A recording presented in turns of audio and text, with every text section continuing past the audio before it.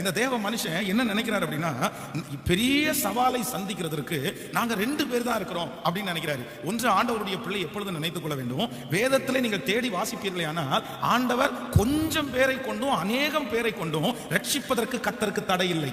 நீங்கள் வேதத்தில் ஒரு வசனத்தை நீங்கள் வாசிப்பீர்களே ஆனால், ஆபிரகாமை குறித்து ஆதியாகமத்தில் வாசிக்கும் போது வெறும் 318 பேர், அவனோட ஆபிரகாமோடு இருக்கிற ஆட்கள் எத்தனை பேருன்னா 318 பேர்.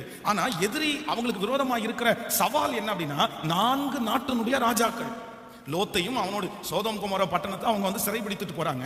அதுல லோத்தும் அவனுடைய குடும்பமும் சிறைபிடிக்கப்பட்டு போறாங்க. அந்த நியூஸ் வந்து இப்ப ஆபிரகாமுக்கு வருது. அப்போ ஆபிரகாம் எத்தனை பேரை கூட்டிட்டு போறாருன்னா, அதுவும் எல்லாம் 318 பேரும் பெரிய பெரிய பலமுள்ள ஆட்கள் எல்லாம் கிடையாது.